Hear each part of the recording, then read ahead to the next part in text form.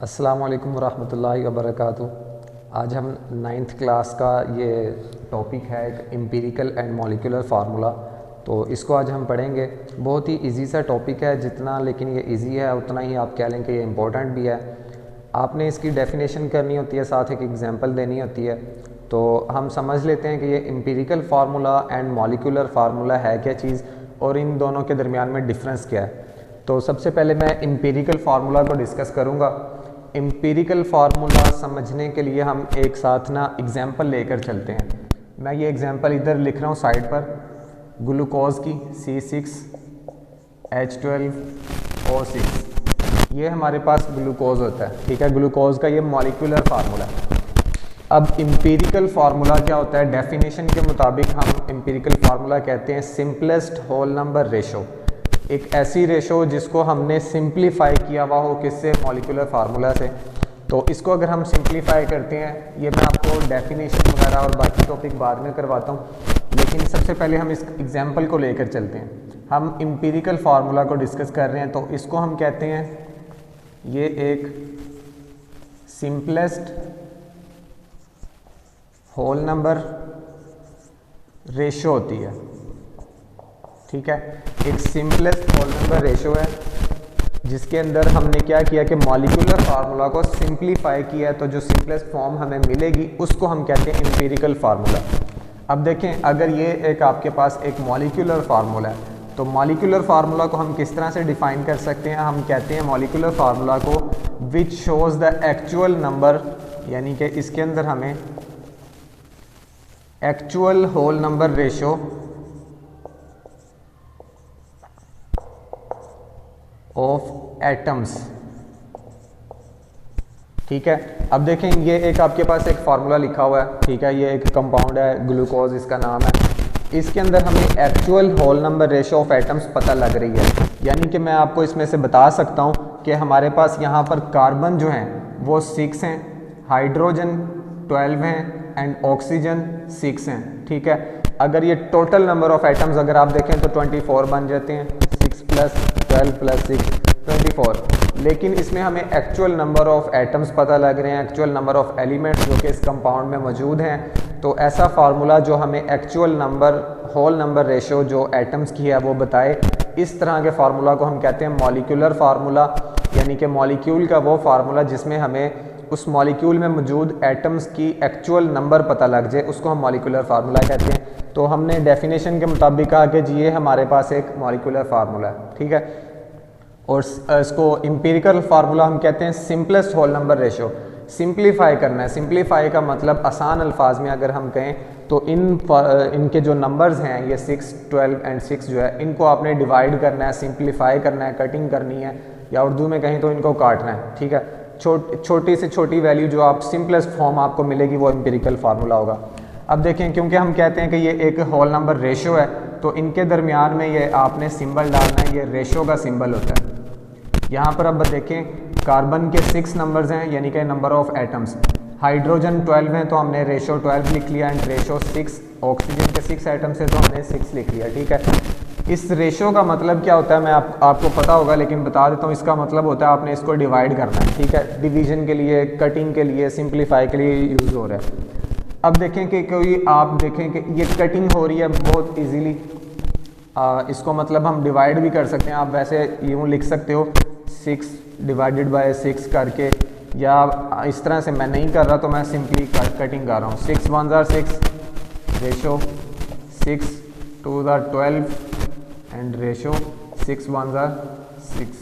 तो ये आ जाता है आपके पास 1, ठीक है। अब देखें, ये आपके पास एक रेशो बनी है, यानी कि उर्दू में हम अगर कहें बात करें बहुत आसान अल्फाज में, तो हमने 6 के पहाड़े पे इसको काट दिया, ठीक है। 6 के टेबल्स पर ये तीनों जो थे 12, 6 और 6 ये आ रहे थे, तो हमने इसकी कटिंग की, इसकी सिंप्लीफिकेशन की है। तो ये आ गया आपके पास 1, 2 एंड 1। अब देखें, कार्बन जो था वो 6 थे, कट होने के बाद वो 1 आए, तो कार्बन के साथ हम अगर हम 1 लिखें भी या ना भी लिखें तो कोई फ़र्क नहीं पड़ता, तो हम नहीं लिखते, ठीक है। 1 आप ना भी लिखो तो कोई फ़र्क नहीं होगा। उसके बाद हाइड्रोजन की वैल्यू आई है 2, तो आपने इसके साथ लिख दिया जी 2। उसके बाद ऑक्सीजन जो था वो 1, तो ऑक्सीजन भी 1 लिख दिया। अब ये जो आपके पास एक फार्मूला आया है ये वाला, इसको आप कहोगे एम्पिरिकल फार्मूला। किस लिए? क्योंकि आपने इसको सिंप्लीफाई कर दिया, इसको आप मज़ीद कटिंग नहीं कर सकते, मज़ीद किसी भी वैल्यू के साथ इसको डिवाइड आप नहीं कर सकते। तो ये सिंपलेस्ट फॉर्म है, इससे ज़्यादा ये सिंप्लीफाई नहीं हो सकती। अगर आप 1 के साथ इसको डिवाइड करोगे तो वो दोबारा से वही चीज़ आ जाएगी, मतलब ज़्यादा फ़र्क नहीं पड़ने वाला, इसको आप सिंप्लीफाई नहीं करोगे। तो ये सिंपलेस्ट फॉर्म है। अब हमने डेफिनेशन के मुताबिक कहा था कि सिंपलेस्ट होल नंबर रेशो, उसको हम कहते हैं एम्पिरिकल फार्मूला। तो यहाँ पर ये हमारे पास एक सिंपलेस्ट होल नंबर रेशो आ गई, तो ये क्या होगा? ये होगा जी एम्पिरिकल फार्मूला, ठीक है। और इसके अंदर हमें एक्चुअल नंबर ऑफ एटम्स पता लग रहे थे, ये सिंप्लीफाई फॉर्म नहीं है बल्कि एक्चुअल नंबर पता लग रहे हैं। तो ये हमारे पास क्या है जी? मॉलिक्यूलर फार्मूला, ठीक हो गया। अब ज़रा एक दफ़ा दोबारा से रिवाइज कर लेते हैं। एम्पिरिकल फार्मूला हम कह रहे हैं कि सिंपलेस्ट होल नंबर रेशो होती है, उसके अंदर हमें एक्चुअल नंबर ऑफ एटम्स पता नहीं लग सकते। लेकिन जो मॉलिक्यूलर फार्मूला होता है, मॉलिक्यूलर फार्मूला के अंदर हमें एक्चुअल नंबर ऑफ एटम्स पता लगते हैं जो कि उस फार्मूला के अंदर मौजूद होंगे। जैसा कि हमने ग्लूकोज का फार्मूला लिखा था, तो इसके अंदर हमें एक्चुअल नंबर ऑफ एटम्स पता लग रहे हैं, 6 कार्बन के, 12 हाइड्रोजन के एंड 6 ऑक्सीजन के। इसको आप अगर सिंप्लीफाई करते हो, कटिंग वगैरह करते हो, तो जो सिंपलेस्ट फॉर्म आपको मिलती है उसको आप कहते हो एम्पिरिकल फार्मूला। और ये जो है होल नंबर रेशोज़ में होंगी, मतलब कि होल नंबर्स में होंगे, ये फ्रैक्शंस के अंदर नहीं आएंगे। अगर फ्रैक्शंस के अंदर, ये आपकी 9th 10th में तो ये फ्रैक्शंस वगैरह नहीं आएंगी, लेकिन जब आप इंटर की क्लासेस में जाएंगे तो वहाँ पर ये एम्पिरिकल फार्मूला के अंदर कुछ वैल्यूज़ फ्रैक्शंस में भी आ जाती हैं। उसको मतलब वो प्रोसेस है, वहाँ पर वो आप डिस्कस कर लेंगे। यहाँ पर आपके पास होल नंबर रेशो ही आएगी, उसको भी जो मैं आपको बता रहा हूँ वो भी अगर फ्रैक्शंस में आ जाती है, मतलब पॉइंट में कोई वैल्यू आ जाती है, उसको भी आपने होल नंबर में कन्वर्ट करना होता है, क्योंकि ये डेफिनेशन के मुताबिक हम कह रहे हैं कि ये होल नंबर रेशो है, ठीक हो गया। अच्छा, एक और एग्जांपल है बेंजीन की। बेंजीन होता है जी C6H6, ठीक है। ये एक आपके पास मॉलिक्यूलर फार्मूला है बेंजीन का।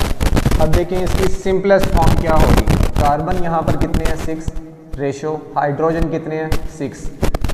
अब ये आप खुद देख लेंगे, बहुत इजी है, इसको आप मतलब समझ आ गई होगी, मज़ीद आगे करने की ज़रूरत मुझे नहीं है, आपको समझ आ गया होगा कि ये 6 1 6 रेशो, 6 1 6। तो ये हमारे पास क्या है? रेशो आ गई एक होल नंबर्स की 1:1। तो कार्बन की वैल्यू क्या आई? 1। उसके बाद हाइड्रोजन की क्या आई? 1। तो ये आपने सिंपली CH लिख दिया, C1 एंड H1, तो 1 हम नहीं लिखते। अब देखें कि ये इसका मॉलिक्यूलर फार्मूला था और ये क्या हो गया? इसका एम्पिरिकल फार्मूला, क्योंकि ये सिंपलेस्ट फॉर्म आपके पास आ गई है, ठीक है।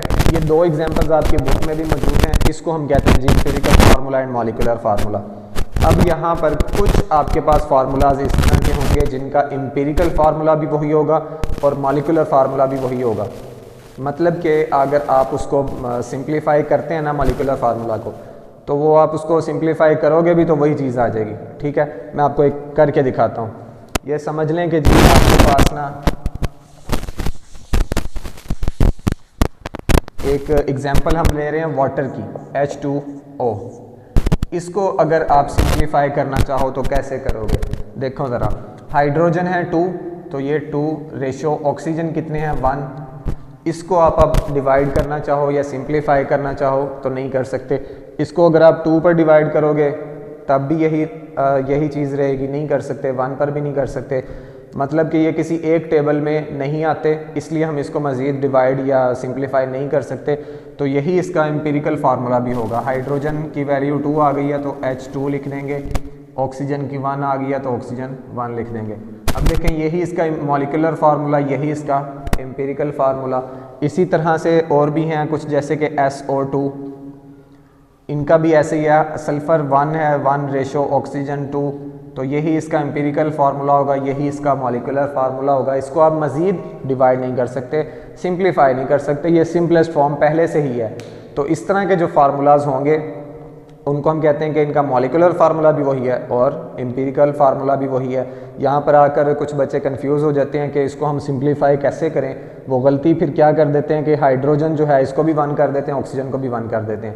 ऐसा नहीं है, कुछ फार्मूलाज, लाजमी बात नहीं है कि एम्पिरिकल फार्मूला हमेशा सिंप्लीफाई ही होगा।